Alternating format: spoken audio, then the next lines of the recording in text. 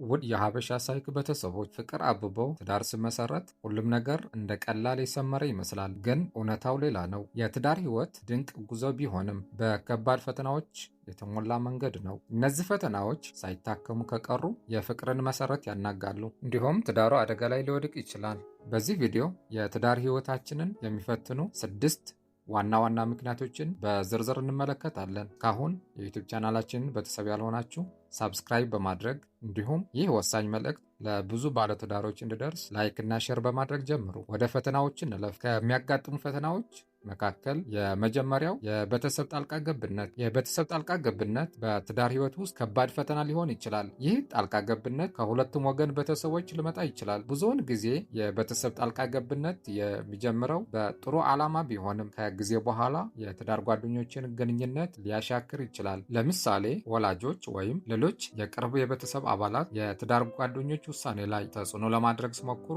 ወይም ልጆችን በማሳደግ ረገድ ከመጠን በላይ ጣልቃ ሲገቡ በትዳር ውስጥ አለመግባባት ይፈጠራል። ይህ ደግሞ የትዳር ጓደኞች እርስ በርስ ያላቸውን መተማመንና ነፃነት ሊቀንስ ይችላል። አንዳንድ ጊዜ የቤተሰብ ጣልቃ ገብነት የሚመነጨው ከባህላዊ እሴቶች ወይም ከትውልድ ወደ ትውልድ በሚተላለፉ ልማዶች ነው። በአንዳንድ ባህሎች ውስጥ ወላጆች የልጆቻቸውን ትዳር በቅርበት የመከታተልና የመምራት መብት እንዳላቸው ይሰማቸዋል። ይህ ደግሞ የትዳር ጓደኞች የራሳቸውን ቤተሰብ የመገንባት እና የራሳቸውን የህይወት መመሪያ የማውጣት ዕድልን ሊያሳጣ ይችላል።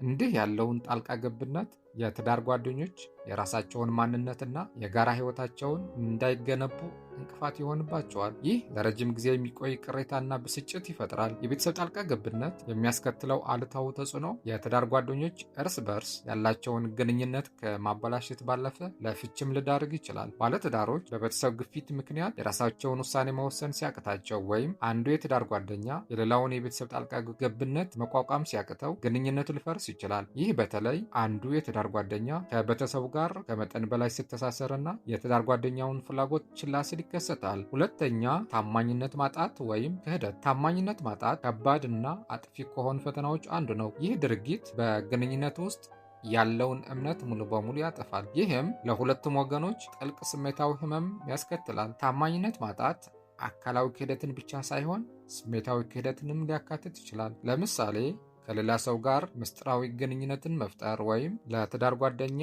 የማይገባ ትኩረት መስጠት በሂደት ታማኝነትን ሊያጠፋ ይችላል። እንዲህ አይነቱ ድርጊት በግንኙነት ውስጥ የደህንነት ስሜትን ያናጋል፣ እንዲሁም የትዳር ጓደኛ በራሱ ላይ ያለውን እምነት እንዲጠራጠር ያደርጋል። ታማኝነትን ማጣት ብዙውን ጊዜ የሚመነጨው በግንኙነት ውስጥ ካሉ ያልፈቱ ችግሮች፣ የግል እርካታ ማጣት ወይም ከውጫዊ ግፊቶች ነው። አንድ ሰው በትዳር ውስጥ ፍቅር፣ ትኩረት ወይም አድናቆት እንደጎደለው ሲሰማው ከሌላ ሰው ጋር እነዚህ ነገሮች ለመፈለግ ሊፈተን ይችላል። በተጨማሪም የአደንዛዥ እጽ ሱሰኝነት እንዲሁም የብቸኝነት ስሜት ለታማኝነት ማጣት አስተዋጽኦ ሊያደርጉ ይችላሉ።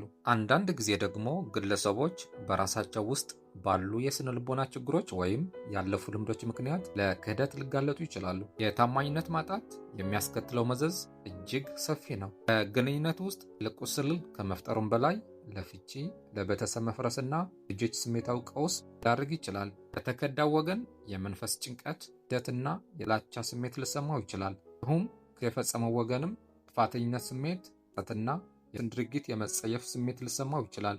ግንኙነቱ ቢቀጥል ምን እንኳ መልሶ መገንባት ጊዜና ጥረት ሊጠይቅ ይችላል። ሶስተኛ ፈተና የግንኙነት እጥረት ወይም የተዛባ ግንኙነት። በግንኙነት እጥረት ወይም በተዛባ ግንኙነት ምክንያት በትዳር ውስጥ የሚፈጠሩ ችግሮች እጅግ በርካታ ናቸው። ባልና ሚስት እርስ በርስ በግልጽ መነጋገር ሲያቅታቸው፣ ስሜታቸውንና ፍላጎታቸውን መግለጽ ሲሳናቸው አለመግባባቶች ይፈጠራሉ። ይህ ደግሞ ወደ መናናቅ፣ መከፋትና በመጨረሻም ወደ መለያየት ሊያመራ ይችላል። አንዱ የትዳር ጓደኛ ሌላውን ስሜት ሳይረዳና ራሱን ፍላጎት ብቻ ሲያስቀድም ግንኙነቱ ይጎዳል። ሀሳብ ልውውጥ አለመኖር ወይም የተሳሳተ የሀሳብ ልውውጥ መኖር ትዳር ውስጥ ተማመንን ያሳጣል፣ ይህም ሌሎች ችግሮች በር ይከፍታል። የተዛባ ግንኙነት የሚፈጠረው ትዳር ጓደኛሞች እርስ በርስ ለመነጋገር ፈቃደኛ ሳይሆኑ ሲቀሩ ወይም ሲነጋገሩ ትኩረት በጎደለው መንገድ ሲሆን ነው።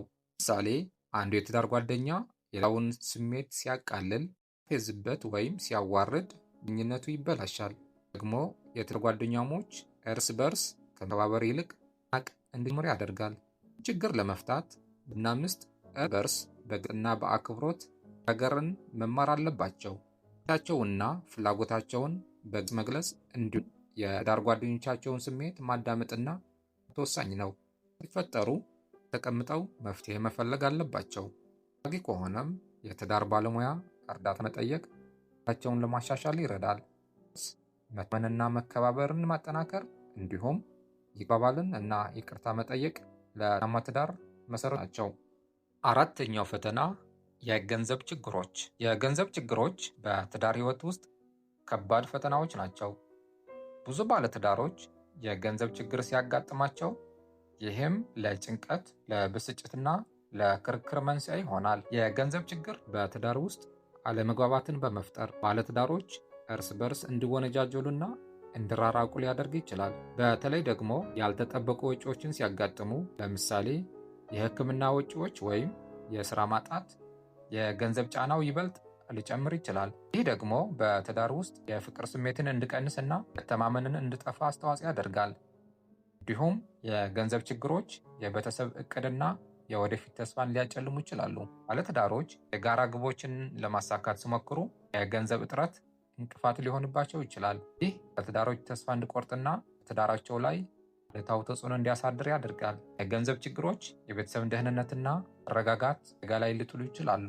አምስተኛ፣ ከልክ ያለፈ ስራና የጊዜ እጥረት በትዳር ህይወት ውስጥ ከባድ ፈተና ሊሆን ይችላል። ዘመናዊ የኑሮ ዘይቤ ብዙ ሰዎች በስራ እንዲጠመዱ ያስገድዳል። ይህም ለትዳር ጓደኛና ለቤተሰብ የሚሰጠውን ጊዜ በእጅጉ ይቀንሳል። ይህ ደግሞ በትዳር ውስጥ የመግባባት እጦት፣ ግንኙነትና ቅሬታ እንዲፈጠር ያደርጋል።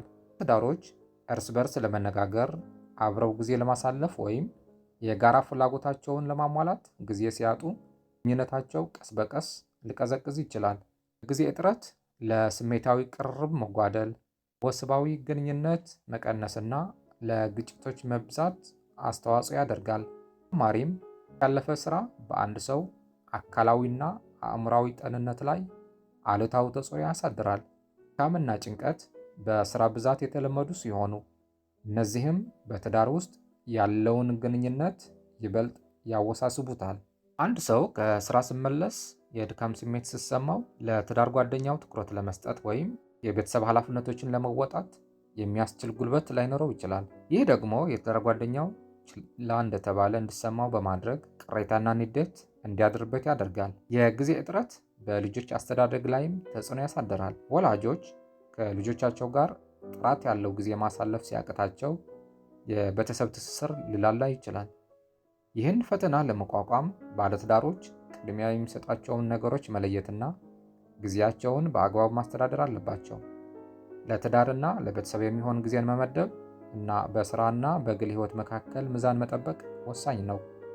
በተጨማሪም የትዳር ጓደኞች እርስ በርስ መደጋገፍ የጊዜ እጥረትን ተጽዕኖ ለመቀነስ ይረዳል። ስድስተኛና የመጨረሻው ግቦችንና እሴቶችን አለመጋራት። በአንድ ትዳር ውስጥ ግቦችንና እሴቶችን አለመጋራት ከፍተኛ ፈተና ሊሆን ይችላል።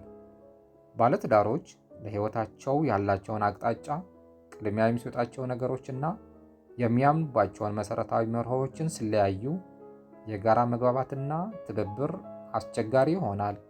ለምሳሌ አንድ የትዳር ጓደኛ የሙያ እድገትንና የገንዘብ ማጠራቀምን እንደ ዋና ዓላማ ሲያይ፣ ሌላኛው ደግሞ ለቤተሰብ ጊዜ መስጠትንና ማህበራዊ አገልግሎትን ሊያስቀድም ይችላል። ይህ ልዩነት በዕለት ተዕለት ውሳኔዎች ላይ ግጭት ይፈጥራል። ለምሳሌ የገንዘብ አጠቃቀም፣ የልጆች አስተዳደግ ወይም የመዝናኛ እንቅስቃሴዎች ምርጫ። እንደዚህ አይነት ነገሮች የጋራ እሴቶችን አለመኖር ወይም የትዳር መሰረትን ያናጋሉ።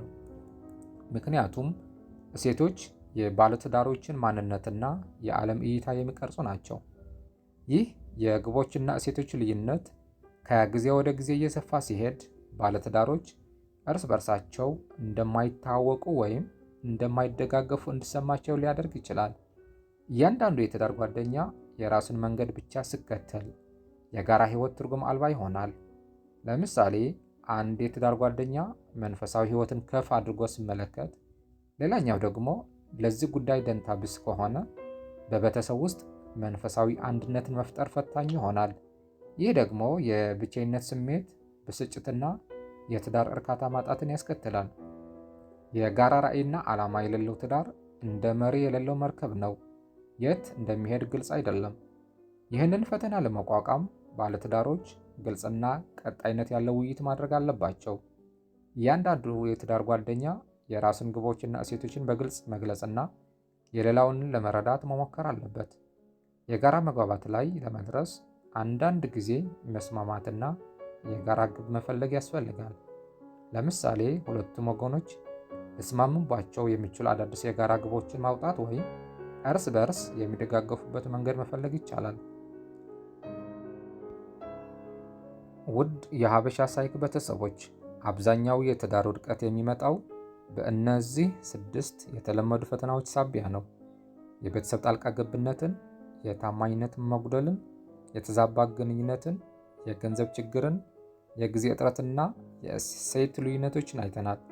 ዋናው ቁም ነገር ፈተና መኖራቸው ሳይሆን እነሱን እንዴት እንደምንጋፈጣቸው ነው።